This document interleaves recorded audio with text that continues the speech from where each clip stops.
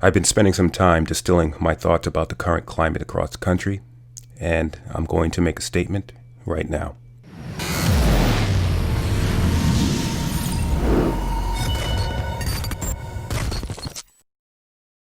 I rarely delve into discussions of race and broadcast personal details.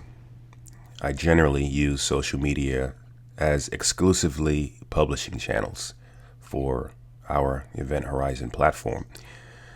But given the current climate, I decided to upload this statement on our platform because I believe, number one, we've been handed an opportunity to discuss inclusivity of Event Horizon, which accepts all humans, regardless of how they identify or their walk of life.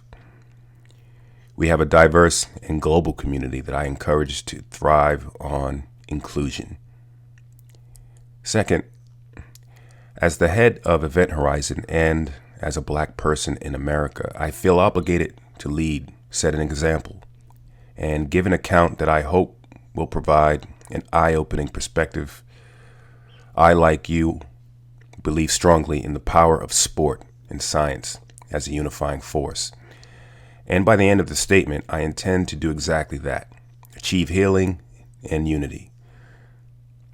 And those who know me personally know that I'm a completely straight shooter. I call balls and strikes wherever they land. And all based on an objective and, insofar as it is possible, an emotionally detached, objective, and factual assessment. It's, of course, understandable that there's great sadness behind the loss of George Floyd, Breonna Taylor, Ahmaud Arbery, and others like them. I'm satisfied seeing the perpetrators are now facing the law. We can say definitively that people were killed that should be alive today due to what I perceive to be callous indifference. Now, people tend to use the words bias, prejudice, and racism interchangeably and often incorrectly. To complicate it even further, some of these terms are not mutually exclusive and sometimes are either conscious or unconscious.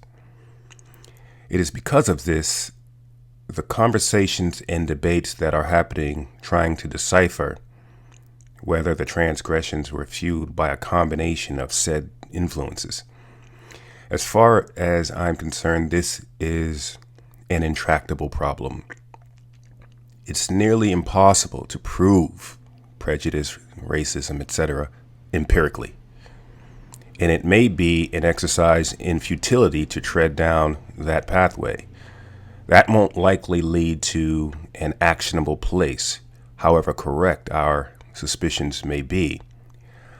I will show my cards and say I do suspect many of these transgressions may be motivated by some combination of biases and prejudices, and ultimately some form of independent body to adjudicate between police and people is necessary and may actually be inevitable at this point.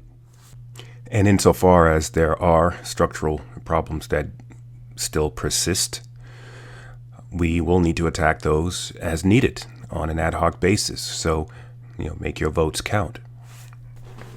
So if the racism phenomena is difficult to pin down empirically, it is important for people like me to give our account that bias, prejudice, and racism, whether conscious or unconscious, is felt and experienced. And while I have not had an equivalently negative experience with an officer in my area, I, like many, have felt and experienced it throughout life and very recently in personal and professional relationships. I've experienced it in the subtle and often unconscious bias that people have against me and my physical characteristics.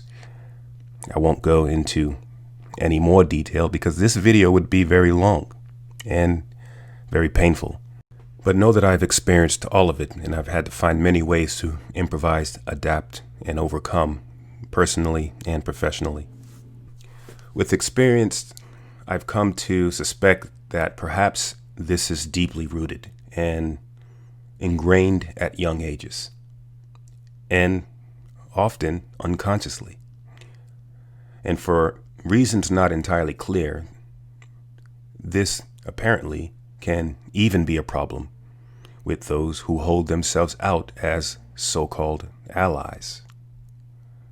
And within that vein, the memes, the GIFs of support posted on social media, yes, they help demonstrate how big the tribe is, how big the response is. But honestly, it doesn't stop there. Turning your avatar into a BLM pic for a week might make you feel good. It might win you some virtue signaling points. But it's more important than that. It's about showing people that they are important enough daily and consistently in your commitments, and showing support all of the time, not only when other people are looking. And finally, I've seen many public soliloquies from people that are not people of color in testifying in their submission and acceptance of their original sin of not being born with enough melanin, and how they are willingly coming forth to be sacrificed on the altar of quote-unquote white privilege. Again, some of this is virtue signaling, but I have to admit and show my cards here. I'm not a fan of this concept. I was made aware of a video where a woman was approached by some activists and asked to drop to her knees in the street and repent for essentially being born. And she did it. Probably a hyperbolic example, but look, I care not one iota to have people self-flagellate before me. What I want is very simple.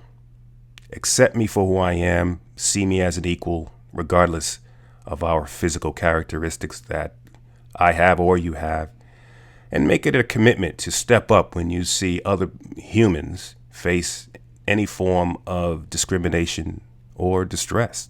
And that's really it. According to my 23andMe results, this is me. One of the estimated 105 billion humans that, by the sheerest of accidents, came into existence on this world we call Earth. So let's see. I'm about 87% Western African. Not a huge surprise there. About 9.4% European. That's very interesting. And about 2% East Asian and Native American. That's also very interesting. I have recent ancestry from Belize and Honduras. That's my father's side of the family. My father was from Honduras. Why have I shared this with you? Because what I aim to show as a consciousness-raising exercise is the very crude and blunt instruments we've cobbled together over time to use a taxonomy for the people on the planet. Words like black, white, and brown, and so on. What we call race in the grand scheme are imperfect, blunt instruments, to say the least. If there's one unifying rallying cry that I could provide in this piece, is that many of us represent a recipe with ingredients from everywhere on the planet. Several years ago, I saw a documentary called The Human Family Tree, a documentary that chronicled the efforts of a geneticist, Spencer Wells, and his team. It should be obvious now where I'm going. All of us, every one of us, stem from common ancestry, and 99.5% of our DNA is identical. Like all of our other physical differences, the genetic changes responsible for our varying shades of color are minuscule. Just a handful of mutations out of the more than 3 billion letters in the human genome form the foundation for humanity's entire notion of race. Yes, you heard that correctly. Just a handful of mutations out of billions with a B account for differences in skin pigmentation, eye shape, nose shape, hair texture, all of the differences that humans throughout history have deemed to be so important enough to fight over and even kill over, and of course, justify racism. If you go back far enough, we all stem from the same roots. All of the adaptations occurred fairly recently in the history of humankind. And when you really go back far enough, we're all Africans. Now, this doesn't diminish the importance of cultural experience, history, or lessen the need to take on the challenges that we still have to tackle with human relations. This is simply a rallying cry to prosper unity. We are really one race, the human race. If I had my way, everyone, male, female, young and old, would have to deeply understand these scientific facts until they were as ubiquitous as Facebook and TikTok and the rest of these mindless diversions. Instead of teaching people to be mindful of differences, why not instead demonstrate how we are all equal and stem from common roots? Above all, that is the strongest argument for equal opportunity and treatment. Once again, science for the win.